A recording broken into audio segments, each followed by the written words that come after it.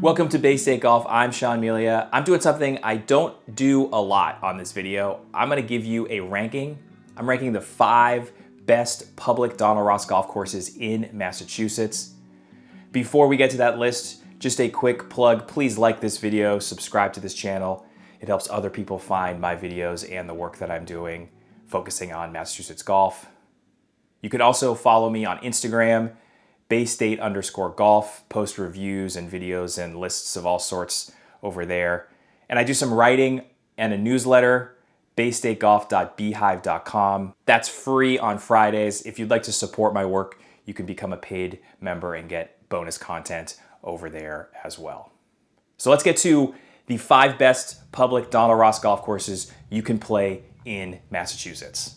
Rankings are always a little bit subjective, especially when you just have one person giving you a list. This is not from a big conglomerate of golfers who have gone out and ranked golf courses and checked off boxes and have very specific things they're looking for. Donald Ross's birthday is November 23rd, so I thought this would be a nice little homage to all of his work. He has 14 publicly accessible golf courses in Massachusetts. That's according to the Donald Ross Society. If you look at other places, there's a different list. There's other golf courses added. Even the list on the Ross Society, you could quibble with. A place like Whaling City, on their scorecard, they say it's a Donald Ross creation and not a lot of Donald Ross left out there, but it is, part of their Ross Society list because he did design some golf holes out there. So there's a kind of obviously over 100 years, things change at golf courses, things get moved around, golf holes get changed. People come in and redo golf holes, redo swaths of golf courses. Construction happens and holes are lost and all that kind of stuff. So the list that I'm using is from the Ross Society.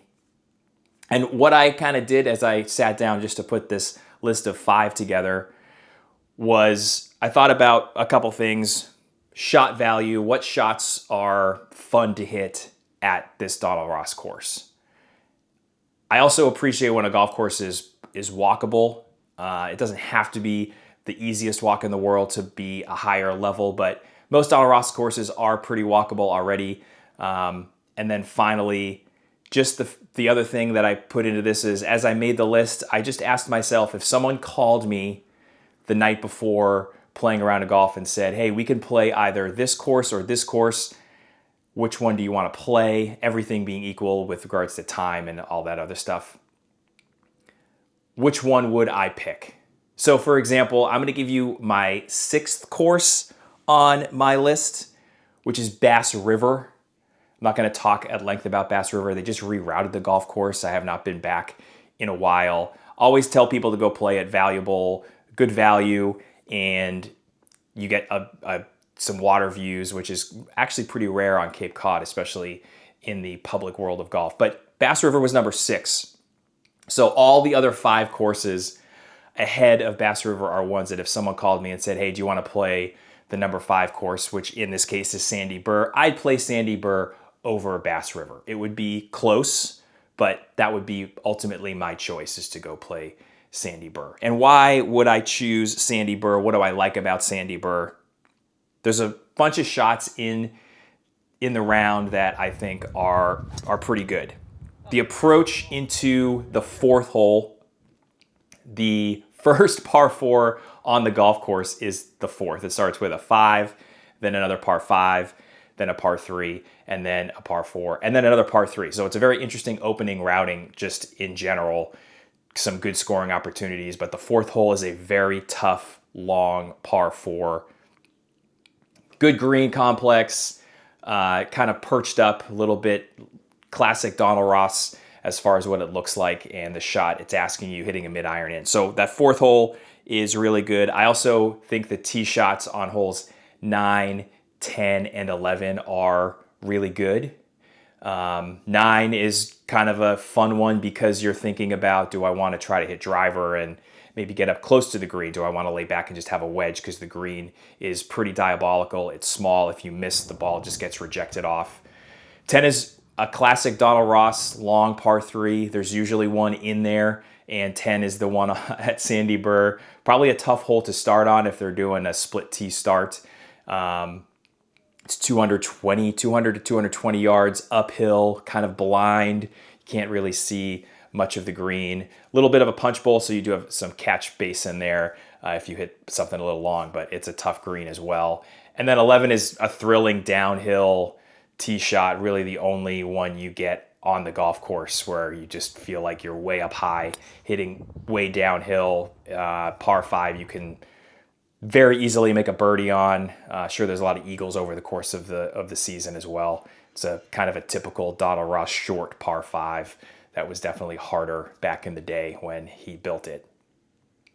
So those shots for me, and then 18 is a pretty good closer, really tough uphill second shot. You got to hit a good tee shot, trees down the left, trouble down the right. Hitting out of the rough is even tricky just because you want that ball to stop on that green that's perched up pretty high. The middle of the back nine kind of falls a little flat, which is why it's number 5 on here and maybe not higher. But for me, it is the 5th best Donald Ross public course. You're not going to go wrong if you go play there. It's got just some charm. It feels old school. It's a little tight, compact. There's some spots where you might get hit with golf balls. Holes 6, 7, 8 are kind of funky. I think that tee shot on 6 could be really good, but it's just there's something about it that doesn't quite hold up for me. Maybe it's that tree and just the way the fairway is cut. It's just not a really good tee shot with the way the course is set up. But that's another hole that has a lot of potential, I think. But 7 and 8 kind of fall flat for me a little bit. But overall, Sandy Burr, number 5. Let's get to number 4 on this list, a newcomer in the world of public golf in Massachusetts. That's Cohasset, a 9-hole golf course in Southbridge, Massachusetts. Cohasset was private for most of its existence, and then last year became public. New ownership came in and are trying to spruce it up a little bit after the course kind of just hit some hard times, lost some members, and then had members leave just because they weren't happy with the condition of the golf course and where they saw things going. So now it's public. It is really good. Drove out there and played it this October and just found a couple shots that I would love to go and hit every time. Almost every approach shot into all of these 9 really good greens was thought-provoking. You had to just maybe 5 and 7 are the 2 holes that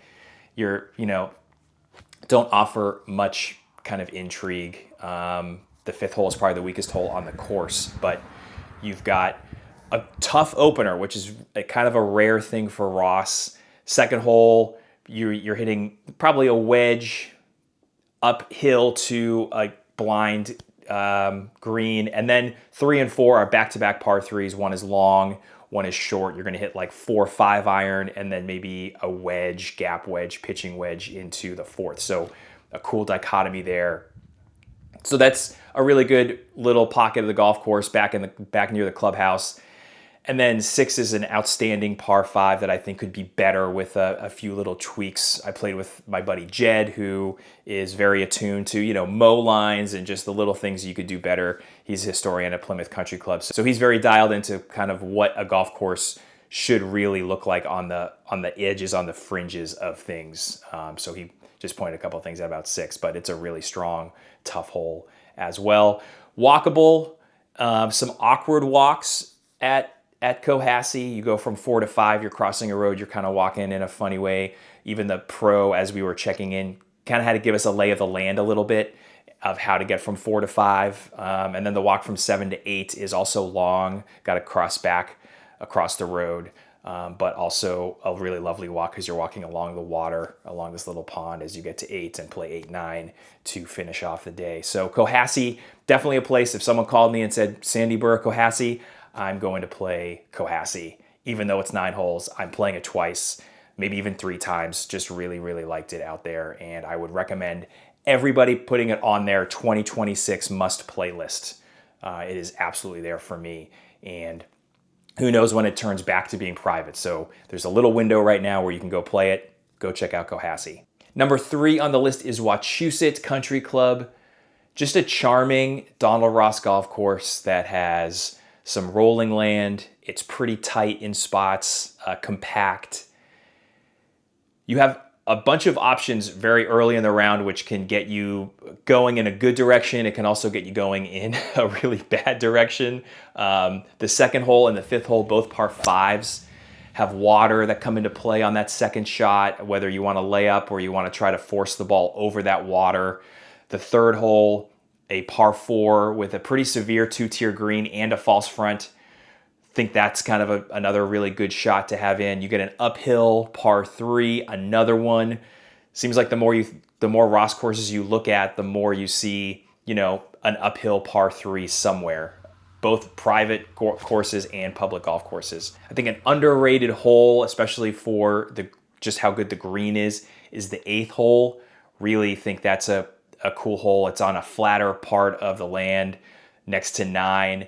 And they just kind of run adjacent to each other. But that eighth green is really good. It sits in the ground a little bit. It's not perched up. Doesn't have a false front. It's just got some kind of cool waves and bits through it. A little collection area on the left. I think that's a really good hole after you cross the road from playing 4, 5, 6, and 7. And then you get to the back 9. 10 is a kind of a doable, scoreable par 5.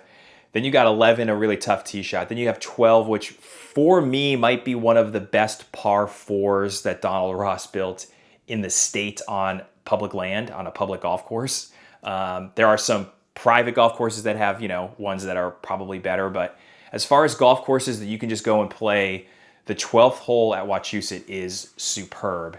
It's a good, long, tough tee shot. The land rolls. It's got a little bit of the 4th hole at Concord Country Club vibes, not as severe with the kind of swales that run through the fairway. You got to hit the green or you're going to roll back. Big false front, kind of a narrow green.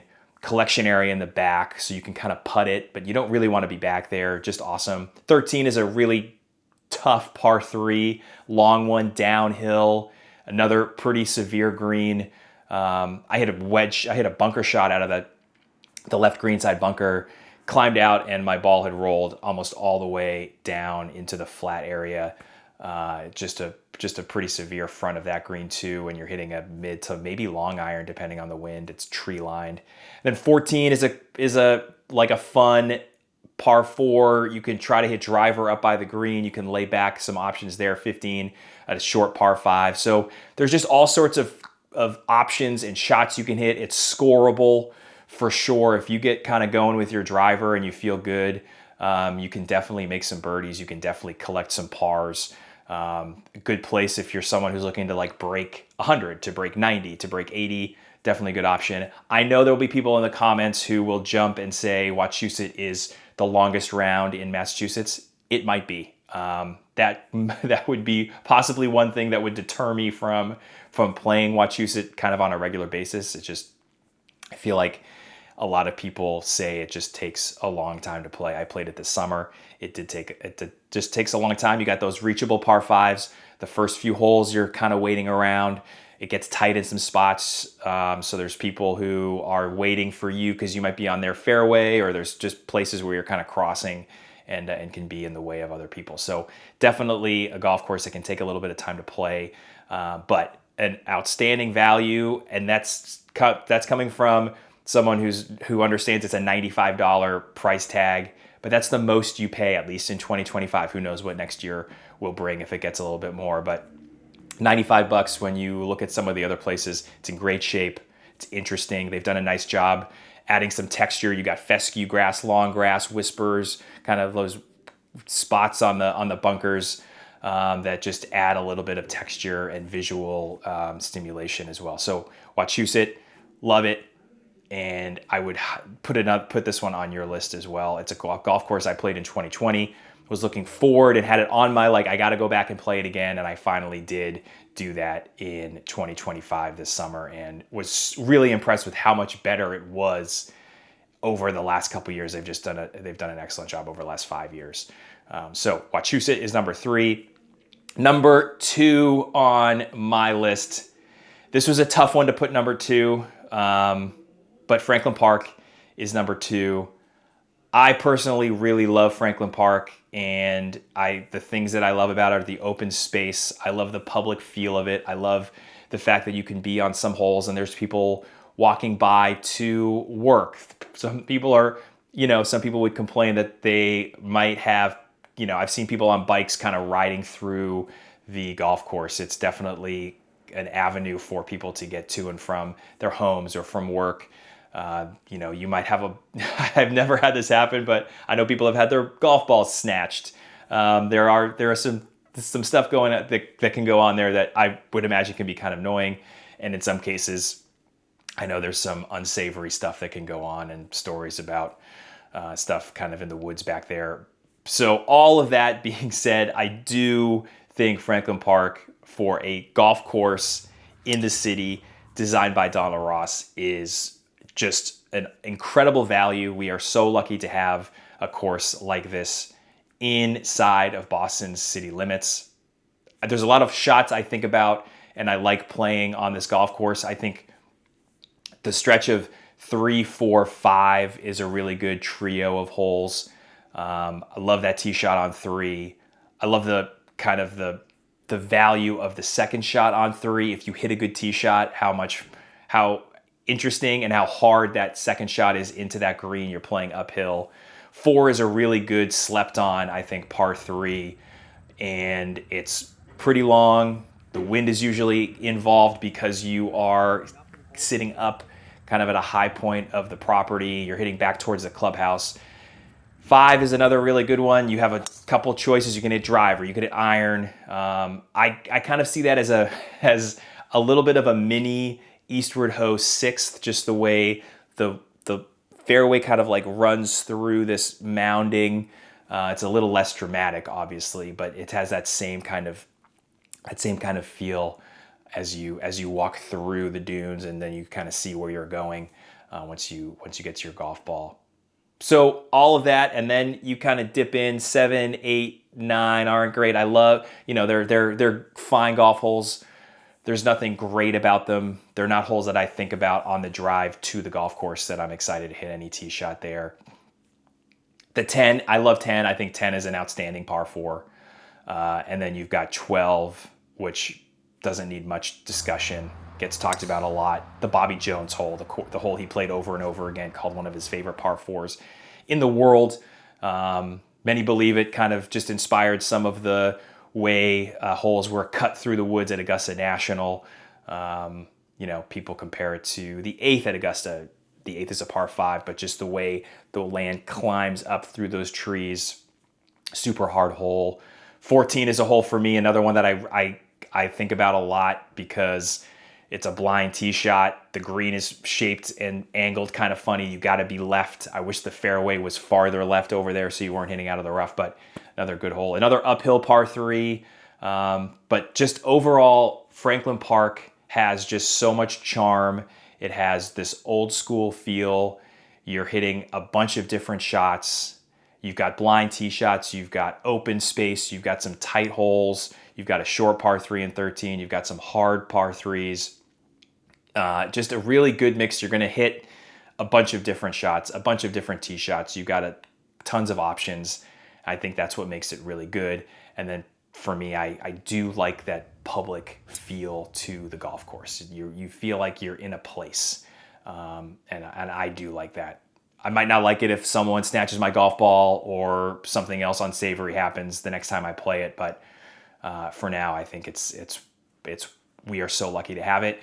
Then we move on to number 1, which is George Wright, another golf course by Donald Ross inside of Boston, a golf course that was supposed to be private.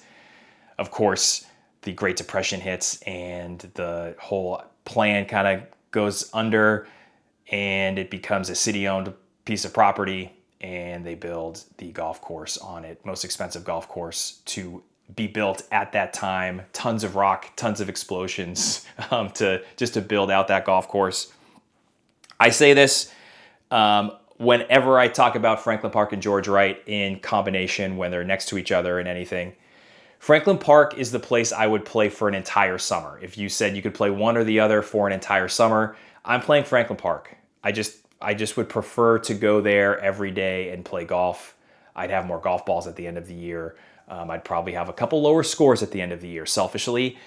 George Wright is the place, though, if you said you can play one of them one time during the year, you cannot go play the other one, you're done for the season, I'm going to go play George Wright. It's the place I would most likely bring a visitor from out of town if we were going to play, just because I do think they're both unique, but George Wright is more unique, which is a ridiculous statement to make, but it just feels a little bit more special. It feels like a place that an out-of-towner would be like, oh, this is what New England, Massachusetts golf is. This is a really good example of it. And that comes with just little chunks of the golf course that are so good and so strong. And as I was just kind of going through and thinking about like, what are the shots? What are the holes? I mean, you stand on the fifth tee and you realize you got 5, 6, 7 ahead of you for tee shots that are kind of challenging, approach shots that are really, really entertaining to hit, challenging to hit. 6 is a hole that gets forgotten, but it's, one of the favorites among the group that I go and play George Wright with. People sleep on a little bit because it is between 5 and 7. And then the other little section of the golf course is 9, 10, 11, 12, just 4 really good par 4s. I think people could quibble with 12, and I sometimes do, just because of that tee shot. I have never really figured out where I'm supposed to aim, and I've hit balls kind of where I thought they were off the planet, and they're just on the edge of the planet, and I'm able to hit it up by the green and salvage a par. But 12 is a little funny, but 9, 10, and 11 is another trio of par 4s that are really good, and you throw in 12 and it's awesome. The par 3s there are also so strong. 17 gets all the love. People love it. I love it. I think it's great. I love the setting where 17 is. You walk off 16 after that little kind of climb up to the green. Every transition from the whole previous to each par 3 is lovely. Whether you're walking from 7 to 8, then from 8 to 9, walking from 14 to 15, walking from 13 to 14 up through the woods. But 4, 8, 14, 17 are as strong a set of par 3s that I think you'd find in Massachusetts public golf, maybe in the country. Some people believe I can't speak to that because I haven't played enough golf all over the country, and that's fine, but will speak for Massachusetts. I think those 4 par 3s are superb. It's a really hard walk. It's a tough walk, but it's just one of those golf courses that stands out to me as a place I'm bringing a visitor. I'm sharing stories about it. It has a history. It has a sense of place. I've met people who caddied there in the 40s and 50s. I've heard some amazing stories about the construction of that place that I've shared in other places, and families selling coffee and donuts to the construction workers in the beer bottles that they left the Friday before they were collected. Families would collect them, make coffee and donuts, and sell them back just to keep their house during the Great Depression. So some awesome stories, some history, some great golf. Both Franklin Park and George Wright are also just constantly being improved. I think Wachusett has the same thing, and Cohasset as well. I can't really speak for Sandy Burr. I haven't played there enough. I've played it on shoulder seasons. You probably could tell in the video clips that I shared. I played it in March this year, so I got some footage of it, but it's brown and not green yet because it was the first round I played this year. So I can't really speak to what Sandy Burr has done over the years, but Cohasset all the way to George Wright, in those 4, they're kind of all seemingly getting better and trying to improve and doing little things. Mark Munjum has done an excellent job at George Wright and Franklin Park, just always new tee boxes, refreshing bunkers, just the maintenance care of both of them for the amount of golf that they both have humming through them from sun up to sundown, especially in the summertime, even before sunup and even after sundown. And the fact that the maintenance team is able to keep that grass growing and keep those greens rolling really nicely is something else. So those are my 5 favorite, the 5 best in my mind, Donald Ross golf courses that you can play in Massachusetts. What are some of your favorites? Do you have a top 5? Put them in the comments. Let's give me your 1 through 5. and see where we match, where we don't match. If there's a place I haven't played yet, maybe something sneaks into this 5. But I will share the ones that I have played and have not played, so you can kind of get a sense of what I'm looking at as well. Thank you so much for watching. Once again, like, subscribe, go follow me on Instagram, and sign up for my newsletter every Friday. News, results. I follow competitive golf in the state, follow some professionals who are playing all over the place, and also kind of dip into the college game as well, looking at the college teams that are Massachusetts-based, some New England-based, and then also players who have left and are playing high-level college golf in other parts of the country. Thanks again for watching, and we will see you next time on Bay State Golf.